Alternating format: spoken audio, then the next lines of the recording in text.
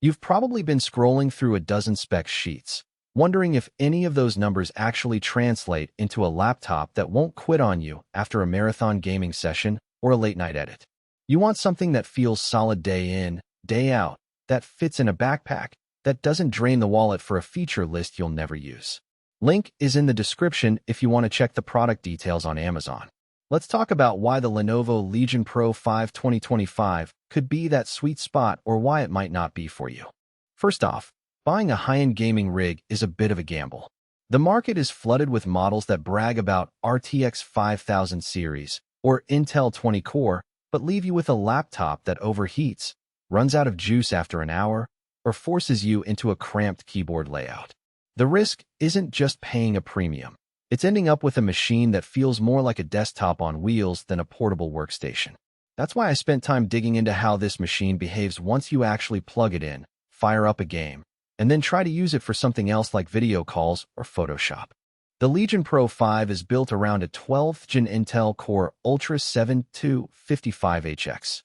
That chip packs 20 cores, which is a level of multi-threading you usually only see in desktop processors. In practice, it means you can have a game running at high settings, stream your gameplay, and keep a voice chat or a background render job alive without the frame rate wobbling. I tested a typical gaming plus streaming workflow in a 1080p room with a 165Hz refresh rate. While most laptops start to throttle after about 30 minutes of sustained load, this machine kept its boost clock stable for close to an hour, delivering smooth 100 frames per second in titles like Elden Ring and Fortnite at ultra settings. The extra cores also shine when you switch gears, opening a handful of Chrome tabs, a Discord call, and a Lightroom edit didn't cause any noticeable lag. Graphics are handled by an NVIDIA GeForce RTX 5070. It's not the absolute top of the line, but it's a solid step up from the RTX 4060 series that many competitors still ship. In real-world gaming, the difference shows up when you crank texture quality and ray tracing on. Cyberpunk 2077 ran at a steady 70 frames per second on high-medium settings with DLSS enabled, which is a comfortable experience on a 16-inch 256/01600 panel. The 165Hz refresh rate really matters here.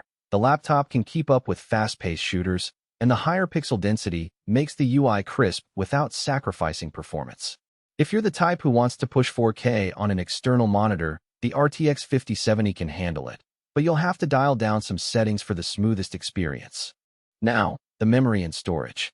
64 GB of DDR5 RAM feels almost excessive for gaming alone, but it's a future-proof move if you dabble in content creation or run virtual machines.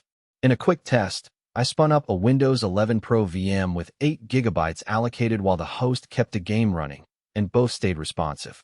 The 4 TB SSD is another headline that translates into convenience.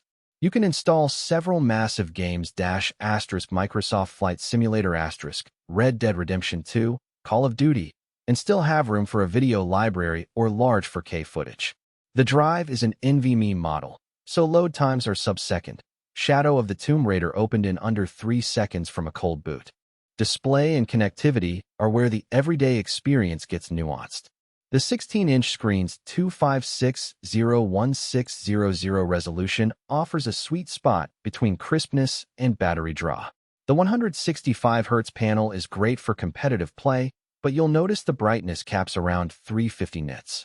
In a bright office or near a window, the image can feel washed out unless you crank up the backlight, which does affect battery life.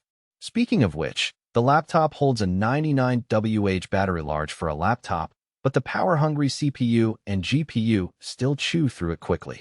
In a real-world scenario, you can get about 3.5 hours of mixed usage, a few hours of gaming interspersed with streaming and a bit of web browsing.